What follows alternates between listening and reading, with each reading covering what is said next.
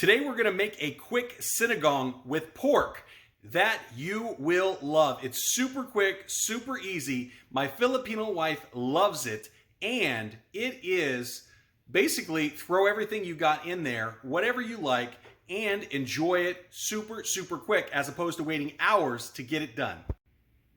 So today we're gonna go ahead and throw in some of our pork. We're gonna use small tomatoes because we like the flavor as opposed to the big Roma tomatoes.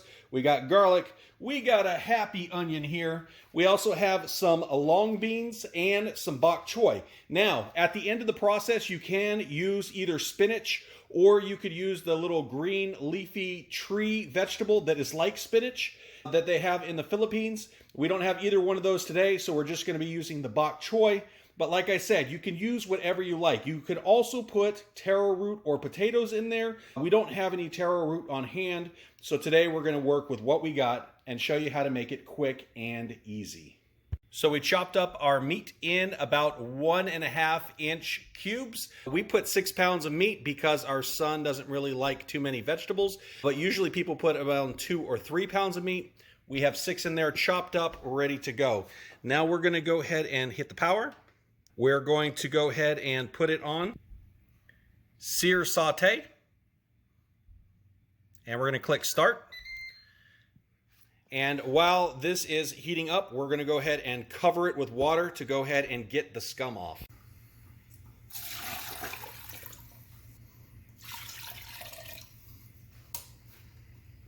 While that's cooking, it's a good time to go ahead and prep our veggies. So with our bok choys, we're going to go ahead and cut those. We're going to cut those in half, and then we're going to cut them in half again. For our long beans, we're going to go ahead and cut those in 1, 2, 3, 4 pieces. For our garlics, we're going to cut all of our garlics in half. And usually, if you were making the big pot of sinigang, usually you would saute your onions and your garlic first. But since we're making it in the Instant Pot, we are going to go ahead and do it on the pressure cooker setting to get all that flavor inside the broth. Now we're going to cut up our onion. Make sure you don't cry during this process here. The onions we do like to have semi-thick slices to get that flavor because they're nice and sweet after they're cooked. Okay, these we're going to chop up because this one was a little thicker. But after we cut them here, we're just going to cut them in half. Those are ready for processing. And then for our baby tomatoes, we're going to go ahead and cut those in half so that we can get the nice flavor out of these. These here are super tasty with lots and lots of flavor. We used to make it with the Roma tomatoes like a lot of people do, but I didn't really like that there wasn't a lot of flavor when it actually went into the soup. Okay, so it's been going for about 10 minutes, and on the top, that it has quite a bit of the scum on top. You see how it actually separates from the meat. So we're going to go ahead and drain this, rinse the meat, and then we're going to go ahead and go to our next step, which is super quick and easy. Now, while we went ahead and let this happen, we cut up all of our veggies, and they are ready to be able to go in, and we were able to clean up as well. So clean up as you go so you don't have a huge mess when you're done. Now, while we're getting it set back up and back in there, we're going to go ahead and turn the power back on. And this is only while we're getting everything set up. We're going to go ahead and put it back on saute and hit start.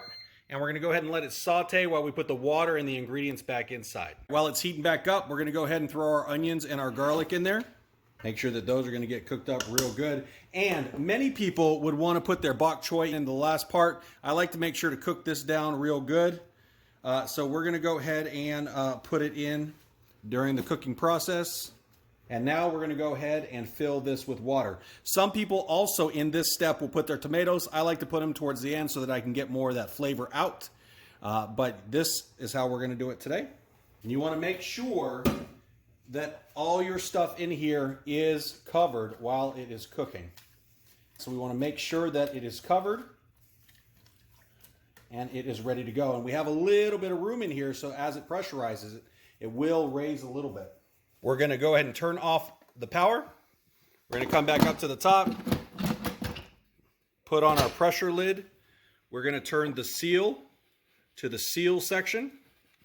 where you have vent and seal. We're going to make sure it's on the seal section. We're going to turn it back on. We're going to do pressure, and we are going to do for 25 minutes.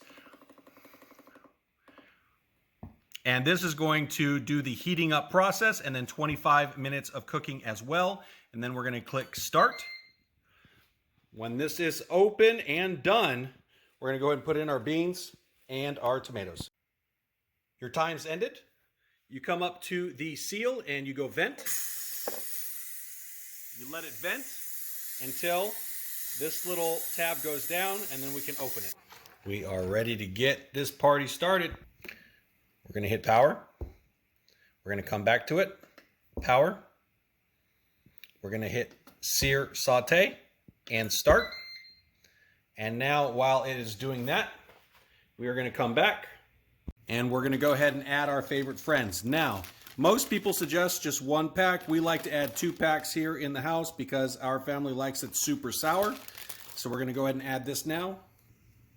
So we'll go ahead and put that in, and then we'll mix it around. Now with this recipe, many people also suggest 1 to 2 tablespoons of fish sauce. As soon as the mother-in-law or the aunties leave, I always try to hide this because I do not like fish. So we're going to go ahead and stir this, get the flavoring in there real good. Looking good. Okay, after we have that, we're going to go ahead and put in our long beans. And we're going to let these cook for about 2 to 3 minutes. And we're also going to throw in our tomatoes. Like I said, I like to add my tomatoes at the end instead of in the beginning because they're a lot more flavorful and they almost burst in your mouth with good flavor. But if you're using the Roma tomatoes or you don't really like tomatoes a lot, you can add it in the beginning. And cooking it like this, that it's pull apart tender.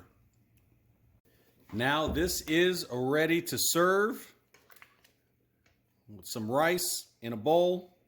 Delicious, quick, and easy. I like bread. My wife likes rice, so I'm making rice right now.